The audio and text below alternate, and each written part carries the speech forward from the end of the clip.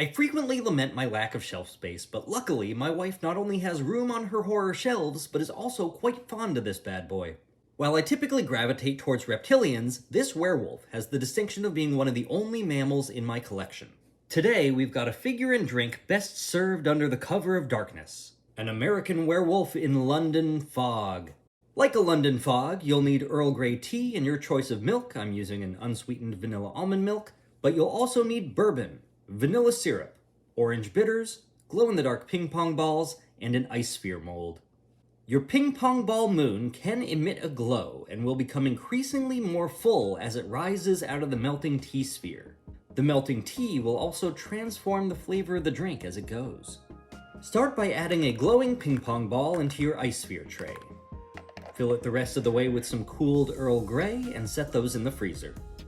In a shaker, combine 1 ounce of bourbon, a dash of orange bitters, 3 ounces of that vanilla almond milk or your milk of choice, and depending on how sweet you like it, 1/4 to a 1/2 ounce of vanilla syrup.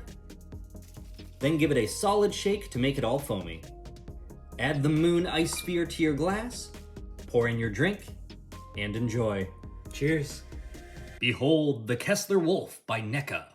Released in late 2021, I was able to pick up a restock in late 2022 for $33 at Target. As of the recording of this video, it's still available at some online retailers for about $40, which is well worth the price. First off, we need to recognize how well this figure displays in its 9x9 box. Unhook the Velcro and we have poor David cornered in that back alley. This figure doesn't come with a stand or accessories, but does come with a bonus head. Now, I'm not a fan of swapping parts that could have been articulated instead, like open and closed mouths, but the heads are different enough. Aside from the jaw sculpt, you have the bloody paint around the teeth and on the inside of the open mouth, and slightly wilder eyes and eyebrows. Plus, there's no articulation to break up the flow of the fur. Things like clothing, hair, and fur don't often translate well into solid plastic. But that said, this thing actually looks pretty good for something completely covered in fur. We can see one of these reasons when we remove the head. It's on a double ball joint, so it should pop right off. Once that's off, we can see the surprisingly long neck tube attached with a ball joint, and this hairy insert here that adds to the layering of the fur. Pretty clever. Pop the second head on and you're good to go. Instead of having the extra head just sitting in a box, you can use it as the Gamork from the Neverending Story. Atreyu.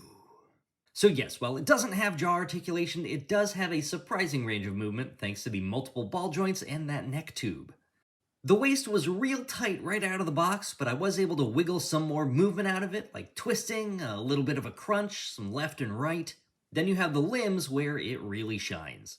The arms have full 360 rotation along with a hinge at the shoulders. You get those same joints at the elbow and wrist, but some of the fur blocks the arms from having full rotation at both points. Despite this, there are still tons of poses you can get with these. Plus, some of these joints feel like ratchet joints, or at least they click into place at certain points for extra stability. Then finally, you have a hinge at the palm. The joints are almost identical in the legs, but they seem to have stronger ratchets, and they're attached to the body with a rotating socket around a ball joint, which is interesting. The back left foot has a hole in it for a Neca stand, which I would show you, but my stand broke off in another figure's foot. Now this figure is listed at being in 7-inch scale, and you can stretch him out to be over a foot long. Then give him some belly rubs, I dare you. I don't want to cut it open to verify this, but it feels like the main body of the figure is a solid skeleton with a thin, softer rubber wrapped around it. There's definitely some flexibility and squishiness to it due to the space between the rubber and the core, but it's also a solid and heavy boy underneath. And the paint is great. The dry brushings of browns, grays, and blues really help to sell the texture. Now, if you've yet to see an American Werewolf in London, I recommend it. I also recommend this figure, because once again, Neca is killing it with their horror properties. So good luck on your hunt, keep off the moors, and please, drink responsibly.